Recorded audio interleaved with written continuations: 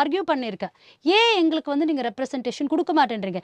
இதுவரைக்கும் தமிழ்நாடு காங்கிரஸ் கமிட்டி ஹிஸ்டரியில ஒரு Urdu speaking MLA கூட ஆனது கிடையாது. ஒருத்தர் கூட வாய்ப்பு கொடுக்கப்பட்டது கிடையாது. வேறஸ் மேஜர் செக்ஷன் வந்து இங்க உருது ஸ்பீக்கிங் முஸ்லிம்ஸ் இருக்காங்க. வாணியம்பாடி, ஆம்பூர்லாம் நீங்க போயிட்டீங்கன்னா, மேஜரா அந்த செக்ஷன் தான் இருக்காங்க.